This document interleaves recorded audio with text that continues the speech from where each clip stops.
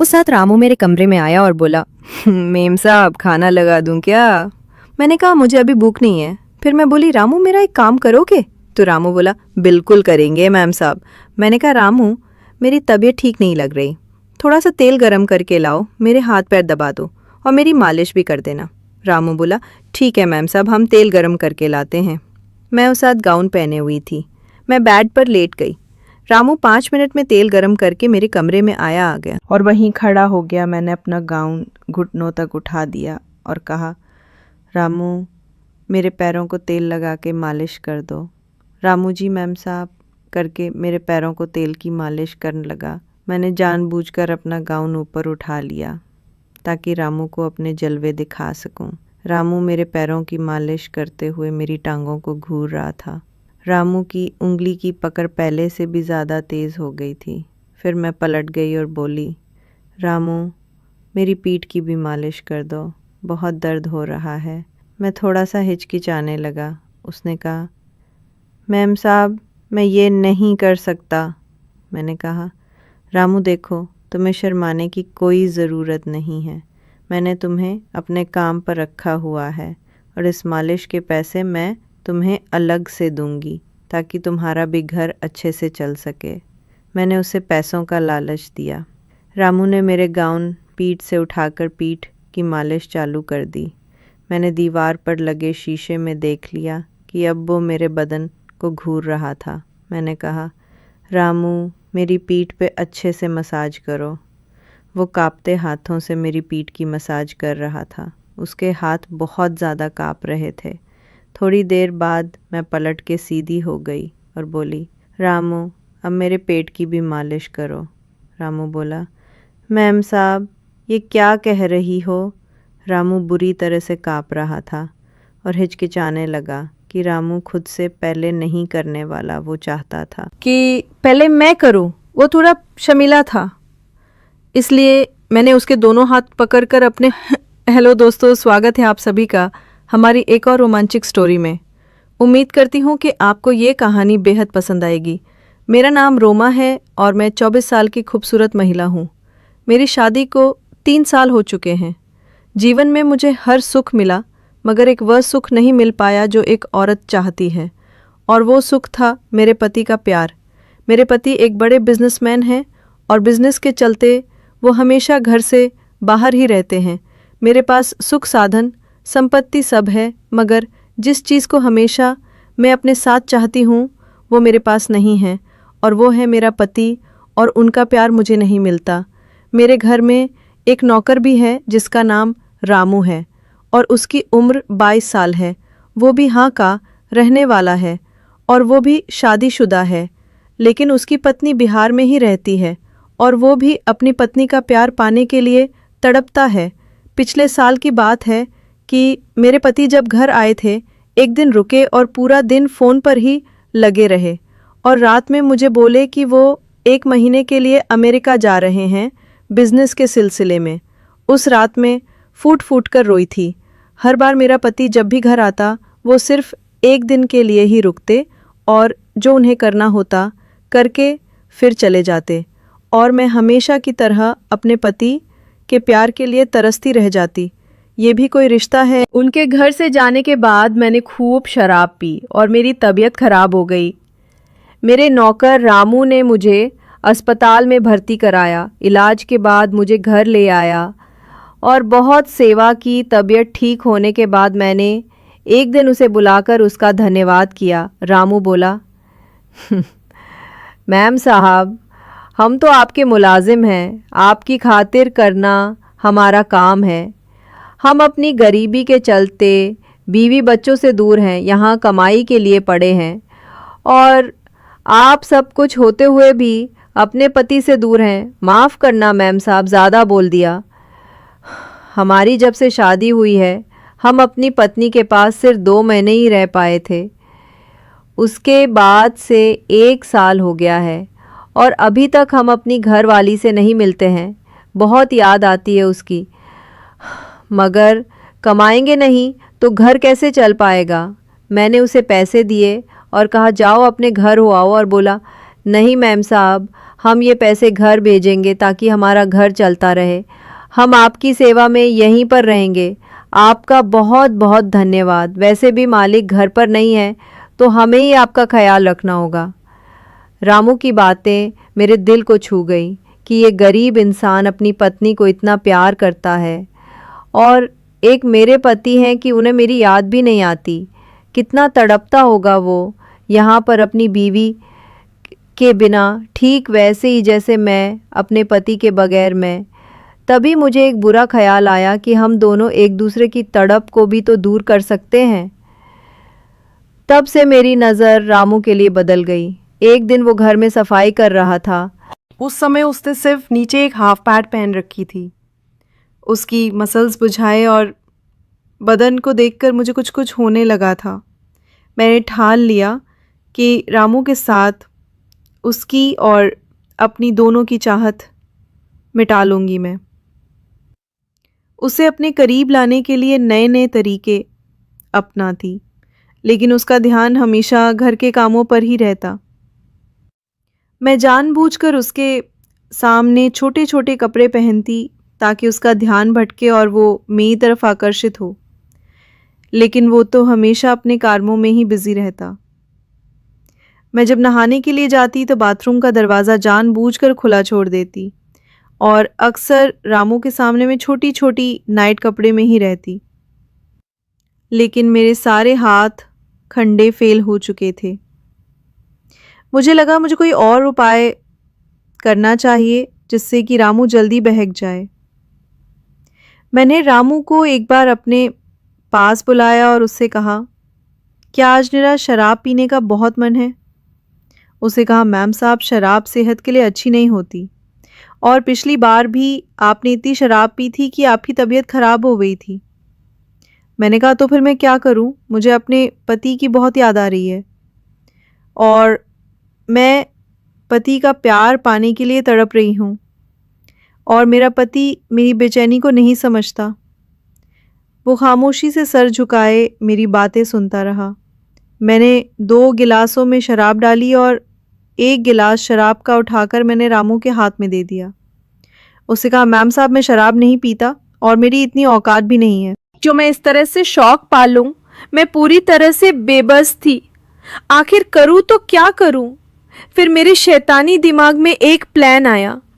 मैं समझ गई थी कि ये प्लान ज़रूर काम करेगा, क्योंकि मैं जानती थी कि मेरे पति को मुझसे ज़्यादा अपने बिजनेस की फिक्र है और मैं इस तरह की ज़िंदगी नहीं जीना चाहती थी। हर लड़की शादी के बाद यही चाहती है कि उसका पति उसके पास रहे, उससे प्यार करे, उसका ख्याल रखे। और शराब शायद मेरी किस्मत में पति का प्यार नहीं था। उस रात रामू मेरे कमरे में आया और बोला, मेम साहब, खाना लगा दे। तो मैंने कहा, मुझे अभी भूख नहीं है।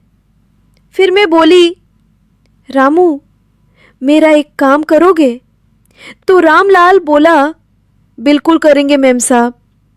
मैंने कहा, रामू, मेरी तबीयत ठीक नहीं है, लग रही, थोड़ा सा तेल गरम करके लाओ और मेरे हाथ पैर दबा दो और मेरी मालिश भी कर देना। रामू बोला, ठीक है मैम साहब, हम तेल गरम करके लाते हैं। और उस समय मैंने गाउन पहनी हुई थी। मैं बिस्तर पे लेट गई।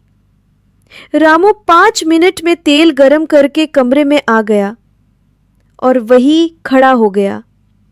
मैंने अपना गाउन घुटनों तक उठा दिया और कहा कि रामू, मेरे पैरों पे तेल लगाकर मालिश कर दो। तभी रामू जी मैडम साहब करके मेरे पैरों पे तेल की मालिश करने लगा। मैंने जानबूझकर अपना गाउन ऊपर उठा लिया ताकि रामू को अपने जलवे दिखा सकूं। रामू मेरे पैरों की मालिश करते हुए मेरी टांगों को घूर रहा था। रामू की उंगलियों की पकड़ पहले से भी ज्यादा तेज हो गई थी। फिर मैं पलट गई और बोली, रामू, मेरी पीठ की भी मालिश कर दो, बहुत ज्यादा दर्द हो रहा है। वो थोड़ा खींच के जाने लगा। उसने कहा, मैम साहब मैं नहीं कर सकता। मैंने कहा रामू देखो तुम्हें शर्माने की कोई ज़रूरत नहीं है। मैंने तुम्हें अपने काम पे रखा हुआ है और इस मालिश के पैसे मैं तुम्हें अलग से दूंगी ताकि तुम्हारा घर भी अच्छे से चल सके। मैंने उसे पैसों का लालच दिया। रामू ने मेरा गाउन पीठ से उठाकर पीठ की मालिश करना चालू कर दिया। मैंने दीवार पर लगे शीशे में देख लिया कि अब वो मेरे बदन को घूर रहा था। मैंने कहा रामू मेरी पीठ पे अच्छे से मसाज करो। वो कांपते हुए हाथों से मेरी पीठ की मसाज कर रहा था। उसके हाथ बहुत ज़्यादा कांप रहे थे। थोड़ी देर बाद मैं पलट के सीधी हो गई और बोली रामलाल अब मेरे पेट की मालिश कर दो। रामू बोला मैम साहब ये क्या कह रही हैं? रामू बुरी तरह से कांप रहा था और हिचकिचा रहा था। मैंने उसके दोनों हाथ पकड़कर अपने पेट पे रख दी और बोली रामू डरो मत, मालिश करके देखो कैसा लगे। बोलो अच्छा लग रहा है ना? रामू कांपते हुए कहने लगा मैम साहब अगर मालिक को पता चल गया तो मेरी नौकरी चली जाएगी। मैं बहुत गरीब इंसान हूँ। मैं अपनी पत्नी को घर के खर्चे के लिए पैसे कहाँ से भेजूंगा अगर मालिक ने मुझे नौकरी से निकाल दिया तो? मैं बोली रामू उसकी फिक्र तुम मत करो, जैसे मैं कहती हूँ वैसा करो। वैसे भी तुम्हारे मालिक यहाँ नहीं रहते, वो तो 1 महीने के लिए बाहर गए हुए हैं और घर में हम दोनों के अलावा और कौन है जो तुम्हारे मालिक को ये सब बताएगा? फिर मैंने कहा देखो रामू अगर तुम मेरी मर्जी के मुताबिक चलते रहोगे तो तुम सोच भी नहीं सकते कि मैं तुम्हें बहुत ज़्यादा माला माल कर दूंगी। तुम्हें अपनी पत्नी को पैसे भेजने के लिए ज़्यादा हाथ पैर नहीं मारने पड़ेंगे। तुम बस मेरी इच्छा को पूरी करो और अपनी पत्नी और परिवार की टेंशन लेना बंद कर दो। मैं हूं ना तुम्हारे साथ। मैं सब ठीक कर दूंगी और तुम्हारे परिवार का सारा खर्चा मैं खुद उठाऊंगी। वो हिचक रहा था मगर मैं समझ चुकी थी कि रामू खुद पर काबू नहीं कर पा रहा है और वो जानबूझकर खुद को रोक रहा है। मैं जानती थी कि वो भी अपनी पत्नी का प्यार पाने के लिए बेचैन है। मैंने रामू से कहा रामू मैं अपने पति का प्यार पाने के लिए बहुत बेचैन हूँ और तुम भी अपनी पत्नी का प्यार पाना चाहते हो, तो क्यों ना हम दोनों एक दूसरे को वो प्यार दें जिसके लिए हम दोनों तड़प रहे हैं। मना मत करना रामू, वरना मैं जी नहीं पाऊंगी। यूँ समझ लो आज की रात मैं ही तुम्हारे घर वाली हूँ और तुम्हारा मुझ पर पूरा अधिकार है।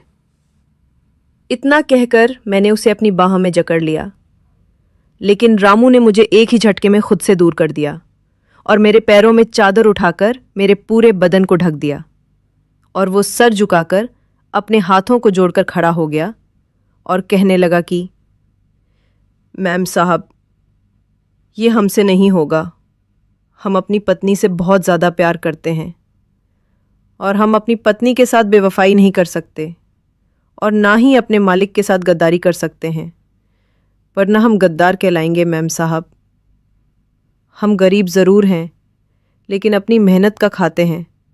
हम जानते हैं कि मालिक आपको छोड़कर कई कई महीनों तक बाहर विदेश में रहते हैं, लेकिन इसका मतलब ये नहीं है कि आप मालिक के साथ बेवफाई करो। आप मालिक से प्यार से बात तो करके देखो, शायद वो आपकी बात मान जाए। जब हम अपनी पत्नी के बगैर उसकी यादों के सहारे जी सकते हैं तो फिर आप क्यों नहीं? आखिर प्यार तो विश्वास भी तो कोई चीज़ होती है। और फिर मालिक बाहर रहकर हम ही मेहनत करते हैं, वो भी तो आपकी ही खुशी के लिए ही तो करते हैं। अगर मैं ज़्यादा बोल दिया हूँ तो माफ़ करना मैम साहब। रामू की बातें सुनकर मेरा शर्म में शर्म से झुक गया था। मैं उसे नज़रें भी नहीं मिला पा रही थी। उसकी एक एक बात मेरे कानों में जलते हुए तेज़ाब की तरह लग रही थी। ठीक ही तो कह रहा था वो। रामू हाथ जोड़कर कहने लगा मैम साहब अब मैं आपके घर में काम नहीं कर सकता। मैं कल ही यहाँ से चला जाऊँगा और कोई दूसरी नौकरी तलाश करूँगा। मैंने रामू से कहा ऐसा मत करो, मैं अपनी गलती के लिए बहुत ही शर्मिंदा हूँ। तुम क्यों नौकरी छोड़ रहे हो? तो रामू ने कहा, नहीं मैम साहब, अब हमारा यहाँ से चले जाना ही अच्छा होगा, क्योंकि जब जब हम आपको देखेंगे तो शायद हम अपने से नज़रें नहीं मिला पाएंगे और ना ही आप हमसे नज़रें मिला पाएंगी। ओ मैम साहब, आप भी जवान हैं और हम भी जवान हैं, कहीं हम बहक न जाएं, हमें बहुत डर लगता है, इसलिए हमारा यहाँ से चले जाना ही ठीक है। मैंने हाथ जोड़कर रामू से माफ़ी मांगी और कहा, मैंने जो भी गलती की उसके लिए मुझे माफ़ कर दो रामू, मैं थोड़ी देर के लिए बहक गई थी, पता नहीं कैसे मेरे दिल और दिमाग में शैतान ने कब्ज़ा कर लिया था। रामू ने कहा, मैम साहब, आप हमसे माफ़ी ना मांगें, इस उम्र में इंसान से कभी कभी गलतियां हो जाती हैं और आप मालिक से बातें करें, सब कुछ ठीक हो जाएगा। इतना कहकर अगले ही दिन रामू अपना सारा सामान उठाकर हमारे घर से हमेशा हमेशा के लिए चला गया। जाते जाते रामू ने मुझे माफ़ तो कर दिया था, लेकिन मेरी गलतियों की वजह से बेचारे गरीब रामू को इस नौकरी को छोड़ना पड़ा। मैंने अपनी गलतियों की वजह से एक अच्छे और भोले भाले शरीफ नौकर को खो दिया था। तो दोस्तों, ये थी आज की कहानी। आपकी क्या राय है इस कहानी पर हमें कमेंट में ज़रूर बताएं। वीडियो अच्छी लगी हो तो लाइक करें, शेयर करें और चैनल सब्सक्राइब करें। धन्यवाद। जल्द ही मिलते हैं आपसे एक नई स्टोरी के साथ।